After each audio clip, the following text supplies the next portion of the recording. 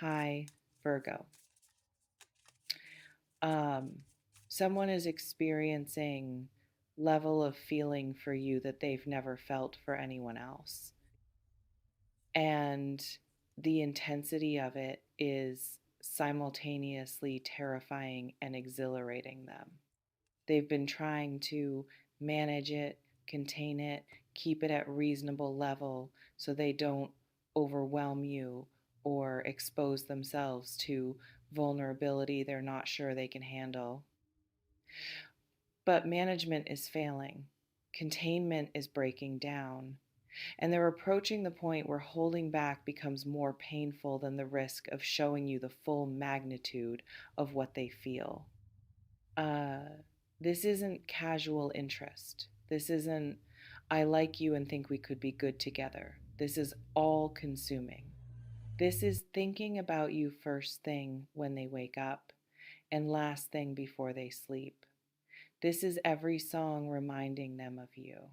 This is making decisions based on how those decisions might affect their proximity to you. This is being fundamentally reorganized around the fact of your existence in their world. And they know how that sounds. They know it's intense. They know people are supposed to play it cool, maintain mystery, not put all their cards on the table too soon. They know they should be protecting themselves more, revealing less, keeping some distance as insurance against potential rejection, but they can't. Not anymore, because what they feel is too big to keep performing casual around.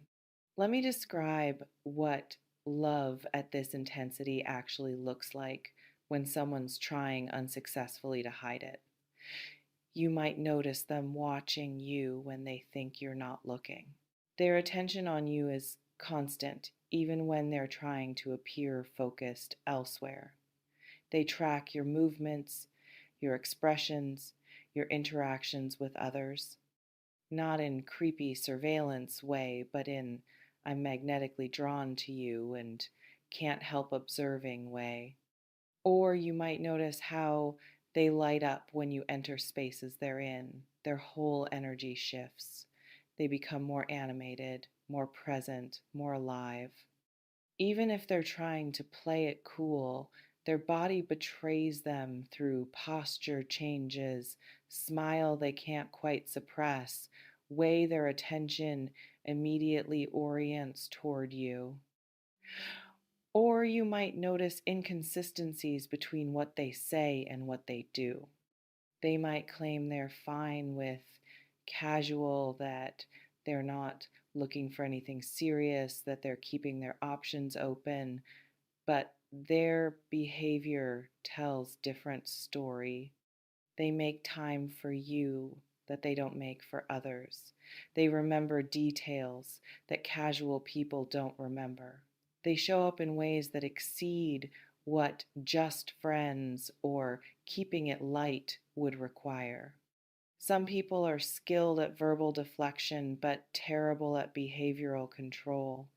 Their words say one thing while their actions scream something completely different.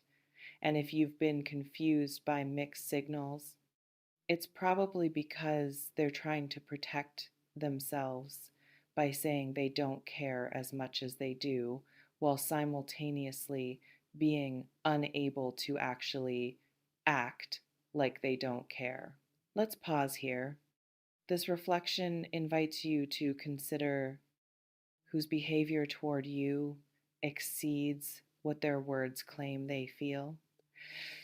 Maybe someone who insists you're just friends, but who gets noticeably bothered when you mention dating other people, who finds reasons to text you constantly, who shows up to things they wouldn't normally attend because you'll be there, who remembers your schedule better than you do and somehow always seems available when you need something. That's not friendship. That's someone in love pretending to be casual because they're terrified of scaring you off by revealing the depth. Or maybe someone who claims they're not ready for a relationship but who treats you exactly like partner in every way except title.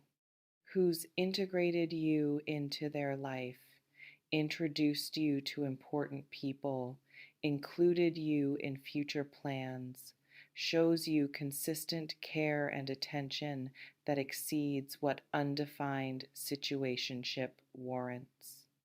That's not someone who's unavailable. That's someone who's committed but calling it something else because admitting commitment feels too vulnerable before they know you feel the same way. This reflection invites you to consider if someone's actions revealed their true feelings without their permission, what would those actions be saying? There's something specific about the phrase, never seen someone so in love with you, that needs unpacking. Because it's not just about them being in love, it's about the degree being unprecedented, even for them. They might have loved before, might have had serious relationships, deep connections, people they cared about genuinely. But this is different. This is operating at frequency they didn't know existed. This is feeling things they didn't know they were capable of feeling. And that newness is part of what makes it scary. They have no reference point for this, no prior experience to draw on that tells them how to navigate feelings this intense. They're in uncharted territory and they're trying to figure out if what they're experiencing is sustainable love or just overwhelming infatuation that will burn out once novelty fades. But here's what makes this actual love rather than just intense attraction. It's not just about how you make them feel, it's about who you are.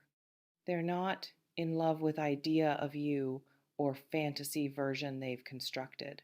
They're in love with actual you, your flaws included, your complications observed, your humanity witnessed and accepted and cherished. They've seen you at your worst, and it didn't diminish what they feel. They've seen you stressed, tired, difficult, human, and instead of disillusionment setting in the way it does when people fall for fantasy and meet reality, they just loved you more because your realness made you more accessible, more knowable, more actually theirs, rather than some perfect, untouchable ideal. That's how you know this isn't just infatuation. Infatuation dies when perfection cracks. Real love deepens when imperfection reveals itself, because imperfection is what makes connection possible. You can't truly connect with perfection, you can only worship it from distance. But you can connect with human, and they're connecting with your human in ways that are rewiring how they understand what love can be. There's something about why they've been holding back that matters, because understanding their resistance helps you understand why its ending is significant. They might have been holding back because they've been hurt before, deeply, significantly, in ways that taught them that being first to confess love is being first to hand someone power to destroy you. So they learned to wait, to let the other person speak first, to protect themselves by never being more invested than the other person appears to be. But with you, that protection strategy is failing. They can't maintain emotional distance, can't keep their investment level with yours if yours is lower, can't protect themselves through withholding because what they feel is too big to withhold successfully, or they've been holding back because they're afraid of not being enough.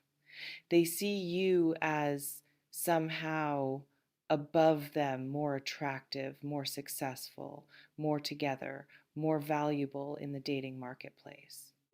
And they've convinced themselves that if you knew the full extent of what they feel, you'd be turned off by their desperation, their neediness, their pedestalization of you. But that fear is usually unfounded. Most people aren't turned off by being genuinely loved by someone they're attracted to. They're turned off by obsession from people they're not interested in, or by love bombing from people they don't know. But when there's mutual attraction and they actually know you and they love you anyway, that's not a turnoff. That's a gift. Or they've been holding back because societal messaging told them to play hard to get, don't seem too eager, make them chase, wait 3 days to text back, don't be the first to say I love you. All those rules that are supposed to make you more desirable, but actually just make authentic connection harder to build. And they've been trying to follow those rules even though their heart wants to violate all of them. They've been forcing themselves to wait to respond to your texts, to act less interested than they are, to perform casualness that's the opposite of what they feel. And it's been exhausting. And increasingly, they're realizing that playing games is costing them intimacy with you, that they actually want more than they want to appear cool. This reflection invites you to consider what fear or conditioning might be keeping someone from showing you how they really feel. Let me address what divine intervention means in this context, because it's not about literal deity controlling someone's actions. It's about circumstances aligning in ways that force the revelation that person has been avoiding making voluntarily. It's life creating situation where they can't hide anymore, where the truth comes out whether they're ready or not. Maybe something happens that makes hiding impossible. You're in situation together where emotions run high, crisis, celebration, intense experience, and in that heightened state, their feelings spill out before their filters can catch them. They say something they didn't plan to say, touch you in ways that reveal more than casual friendship, look at you with everything they feel written across their face. Or someone else forces the issue. Mutual friend who's tired of watching them pine calls them out publicly. Or someone else expresses interest in you and their jealousy becomes too obvious to deny. Or they're put in position where they have to either claim you or watch you slip away, and the prospect of losing you outweighs the fear of confessing. Or they reach internal breaking point where hiding becomes more painful than exposure, where performing just friends while feeling everything creates so much dissonance they can't sustain it anymore, where they realize that not telling you means potentially missing out on relationship they desperately want because you don't know it's available. Some people need to hit that breaking point before they can be honest, need the pain of suppression to exceed the fear of rejection, need to get so exhausted from managing their feelings that confession becomes relief rather than risk. And external circumstances, divine intervention, if you want to call it that, often provide the final push that tips them from, I should keep hiding, to, I have to tell them, even if it destroys everything. This reflection invites you to consider what situation might force someone to finally reveal what they've been hiding about how they feel about you. There's something about what you might need to do when this confession comes, because receiving someone's overwhelming love is its own skill that many people lack practice with. You might be tempted to minimize or deflect or make light of it if intensity makes you uncomfortable. To say, you don't really feel that way, or you'll get over it, or you barely know me, as ways of softening the vulnerability they're showing you. But minimizing their feelings when they're being brave enough to share them is form of cruelty, even if you don't mean it that way. Even if you're trying to make it less awkward or give them an out or protect them from embarrassment, if you don't feel the same way, you can say that clearly and kindly without diminishing what they feel. I care about you, but I don't feel the same way romantically, is honest and respectful. You don't really love me, you're just infatuated, is dismissive and presumptuous. You don't get to tell them what they feel. If you do feel the same way or you're open to exploring whether you could, don't play it cool just because they're being vulnerable. Don't make them twist in the wind while you perform indifference you don't feel. Match their honesty with your own. Tell them what you feel, even if it's, I don't know yet, but I want to find out. Or, I've been hoping you'd say something. And if you need time to process before you respond, say that. This is a lot and I need time to think. Can we talk tomorrow? Is infinitely better than either fake enthusiasm or cruel rejection delivered in shock. The worst thing you can do is treat their confession as joke, as burden, or as leverage you now have over them. Their vulnerability is gift. Handle it carefully, regardless of whether you can reciprocate the feelings behind it. This reflection invites you to consider, if someone confessed intense love for you, would your first instinct be to match it, deflect it, or need time to process it? Let me describe what might happen after they finally stop holding back, because confession doesn't resolve everything, it just changes the terms. If you reciprocate, if you've been feeling similarly and waiting for them to speak first, then confession becomes beginning. Everything shifts from undefined to defined, from wondering to knowing, from possibility to actuality. And that shift creates both relief and terror.